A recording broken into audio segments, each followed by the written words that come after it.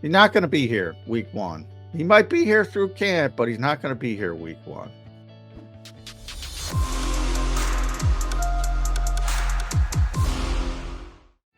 Welcome in, Eagles fans. It's a Tuesday morning edition of Birds 365 along with John McMullen. I'm Xander Krause. You're watching Birds 365. Thanks for tuning in, everybody. Don't forget to hit the like button on your way in. We appreciate all your support in the chat box.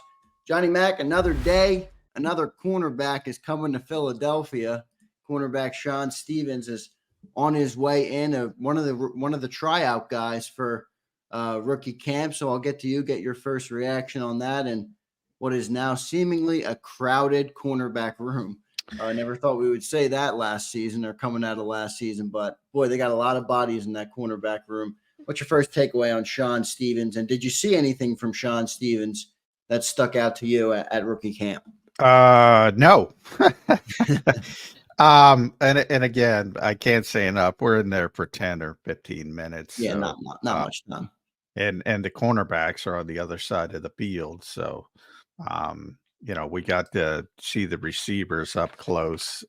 But, unless you're really focusing in with the binoculars on the corners for some reason, you weren't going to get much intel on those guys. But, I mean, I talk about tryout players every year. You want to sign at least one to sort of send the message of if you work hard, you do the right things. You're rewarded for it, and that's always a good message to send. Last year I brought up yesterday on the show Charleston Rambo. Right. You're talking 88, 89, 90th guy on the roster. So this is a long uphill climb. And really probably the upside is the practice squad for a player like this. But he's an older rookie, had some issues, family issues, family health issues. He had to walk away from the game for a little bit. Went to small schools. Now, that's always the thing. Penn State was interested in him. He's Joey Porter Jr.'s cousin. And I believe Purdue as well. So it's not like he didn't have, big time college talent, but issues with off the field issues with as far as money and grades factored into that. So it's not that he doesn't have talent. He performed very well at Michigan State's Pro Day from an athletic standpoint, went to Tiny Ferris State as a grad transfer, had a bunch of interceptions. So he was a borderline draftable player. And it's sort of that Pittsburgh, Philadelphia battling back and forth. He was scheduled to go to Pittsburgh's rookie camp after the Eagles, Andy Waddle. Yeah, it's and like Grossman back and forth, and the Eagles signed him. They're like a mirror of the Eagles nowadays with Andy Waddle. Yeah, I wouldn't get too hyped up about this or too worried about it or too excited about it, whatever you want to say. But they do have a lot of bodies at corner. And this is not going to be one of the more relevant bodies when it comes to playing time. But again, you always want to send that message that if you come in, if you work the right way, if you work hard, you'll get rewarded.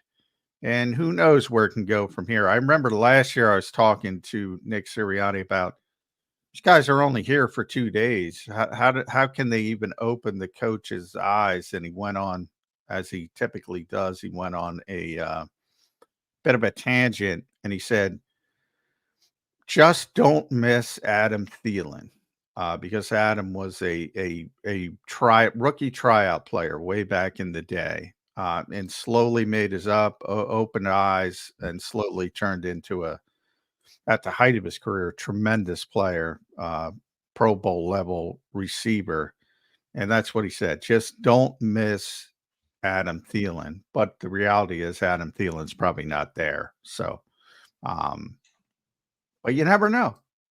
I'm going to point out this chat because this is exactly where my mind is. Thanks to the La Familia for checking in. Slot corner and slot wide receiver. Those are the two spots on this roster I keep going to as well. Obviously, linebacker too. And we'll see what happens with CB1 and CB2 with James Bradberry. But a lot of cornerback bodies, John. Is somebody, and you bring in John Stevens. I know it's a depth piece. It's not, this isn't groundbreaking news or anything, but is someone going to be on the way out? Are they going to bring all these camp bodies? How many corners can they bring all the way through training camp? Well, remember, you don't have the multiple cuts, so you can carry 90 essentially to the end, which is helpful from a, it's ironic. I think there's always unintended consequences back when there used to be levels of cuts and you go from uh, way back for people that don't, it was 90 to 80, and then there was a second cut, and then there was the cut down to 53. Then they changed it to 90 to 75 and 75 to Right. 3. Now it's you can carry everybody the entire time, which the unintended consequences of that are a crappy preseason football. Not that it was ever great, but you try to protect your starters, Right. meaningful players even more. Um, and then the part that you never start cross training until too late in the process. I think that's the more important part of it because you don't have to. So I look at Cooper DeJean, who was interesting because, a lot of teams project him to safety. The Eagles are looking at him as a cornerback, but obviously they don't need a second outside cornerback for this year, maybe long term to replace Darius Slay. But you want to get Quinyon Mitchell into the other spot, and all of a sudden you're like, when are you going to start that cross training with Cooper DeJean? Well, probably not till late in the process of training camp, to be honest, because you're going to have so many bodies, you don't feel the need to do it, and then all of a sudden you're down to 53. And if the right injuries happen at the wrong time, maybe he's got to play safety. Maybe he's Right. going to play nickel linebacker. I don't think there's any doubt about that. And we'll see how Big Fangio does it. But I think you're going to see a lot of big nickel.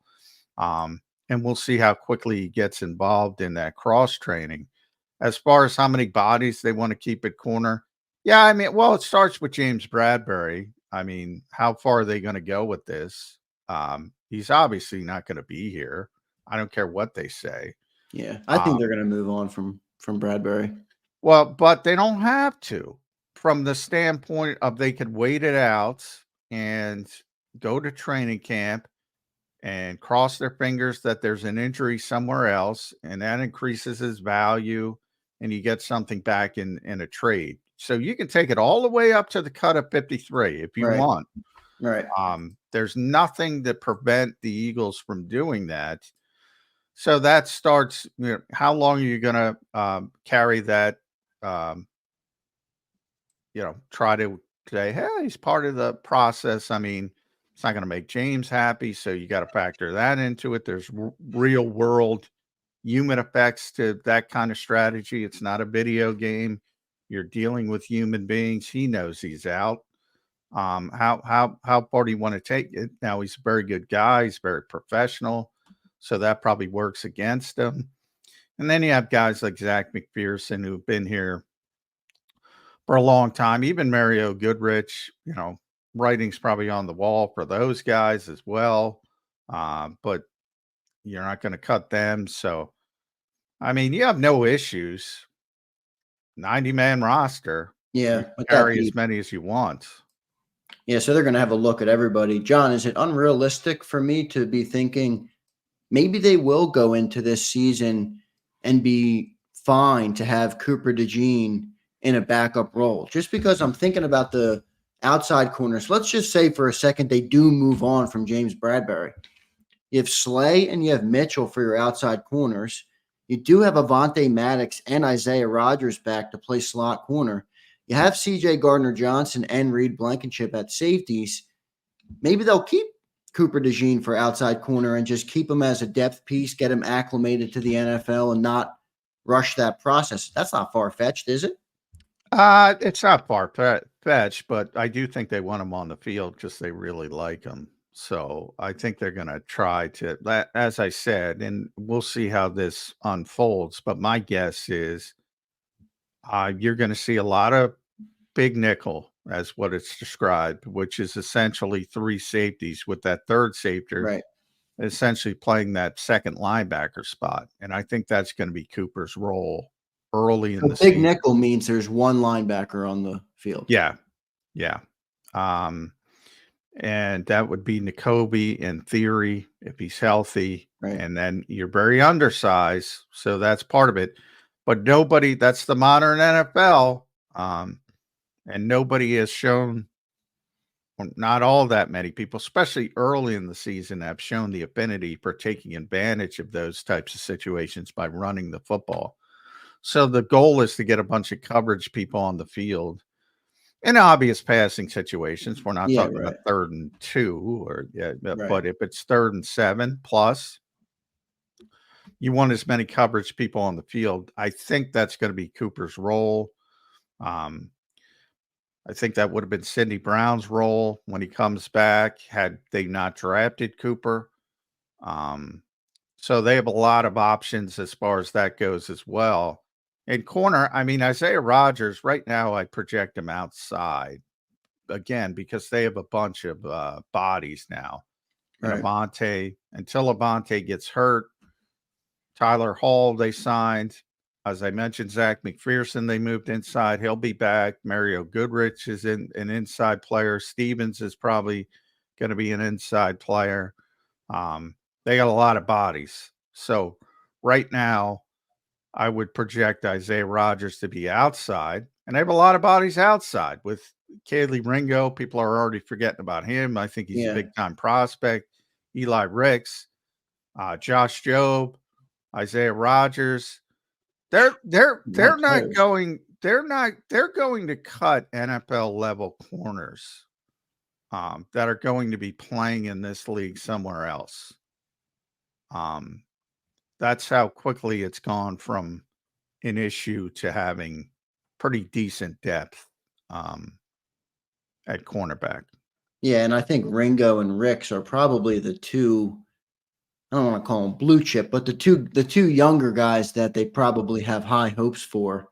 And then I guess you could put Job in there. I know Job was an undrafted free agent. I guess Ricks was too, right? Ricks was an undrafted free Yeah. agent as well. Yeah. If you want to project to 2025, where Slay may not be here, and then you have Mitchell and either DeJean or Kaylee Ringo as your starter at the other spot. I think that's the hope, and one of the two will hit. And I think that's the way the Eagles are approaching it. But they want Cooper on the field this year. They're not gonna just sit him outside corner and say, that's it. We're gonna Yeah, right. wait. Wouldn't be the worst thing in the world from your point earlier, but I don't think that's the plan. I think they want to find a role for him and get him on the field. So what do you see for Avante Maddox? I know you said Isaiah Rodgers outside, which kind of surprises me just because everything I've read has Isaiah Rodgers as a great slot cornerback. And then they didn't originally they didn't have Avante Maddox. Then they re-signed him back, and now you have depth at that part of the roster too. They got a lot of cornerbacks. So I guess it's going to be pick your poison on who you want to let go, especially if you said another teams are out there. I never thought I'd say this, especially after last season. Teams are out there waiting to see what the Eagles do with all the cornerbacks on the rosters because they might be waiting to pick one of them off. Yeah, and they're gonna, like I said, they're gonna cut NFL level cornerbacks Right. when they get down to 53. Um, with unless you have a bunch of injuries, which you always hope is not. Rodgers is interesting because people were so excited about him, and now they've forgotten about him because he's not as relevant with Quinion here and Cooper. It's funny, you have two camps. The camp that says, oh, he's an outside corner because he played an outside corner in Indianapolis, but they had Kenny Moore, who's one of the best slot cornerbacks in football. So if he was going to get on the field, Right. and he got on the field as a part-time player, it was going to be outside. He wasn't going to replace Kenny Moore. So the assumption is, oh, he only played because he played very few snaps in the slot in Indianapolis. So you have two camps, one that says, well, he only played outside, and one that says he's going to play inside. And the camp that says he's going to play inside, that has to do with his size. He's 5'10", he's 170 pounds. So he projects better inside from a body standpoint than he does outside, because you don't want him dealing with the Mike Evanses of the world, or Right. That's a mismatch all yeah, day. or the AJ Browns of the world, or the Johnny Wilsons of the world. We'll throw him in there. So that's why. But right now, because they have, again, with 90 people, they have Avonte Maddox, who's healthy, and we'll see how long that lasts. And they have Tyler Hall, who they signed from the Las Vegas Raiders, who's a natural slot corner. And they have Zach McPherson coming back, and they have Mario Goodrich coming back. So they have a bunch of bodies to rotate through the slot in training camp. And when does that cross training start? Rodgers is going to get cross training inside and outside. The question is, when does it start? I think they're going to start him outside. We'll see, because they have Ringo and Ricks. And, you know, we don't even talk about Josh Jobe, who isn't relevant as a cornerback. So from the standpoint of Ringo and Ricks lapped him last year, so that's not a good sign. But he's arguably their best special teams player. So do you just want to let him go? Maybe you have to. Yeah, with this many bodies, like you said, you might have to. Down the road, I'm not talking at the cut to 53, you might have to. So, you know, Ringo's a good special teams player. But if you're asking me who's going to be on the roster, the only guarantees, completely 100% ironclad guarantee, that's what I'm talking about, is going to be on the 53, barring injury. The only ones, Slay, Mitchell, DeJean, Ringo.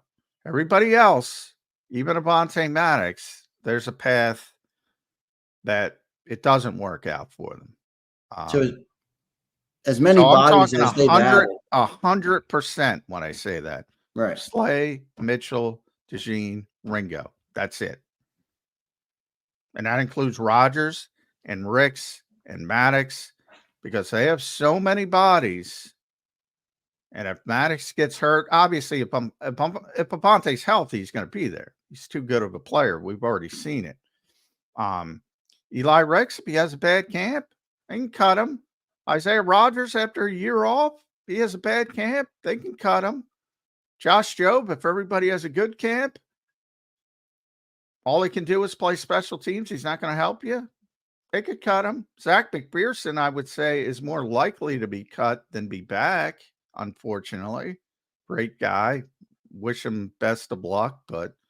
And guys like Mario Goodrich and Tyler Hall, they got a long way to go. Long way to go.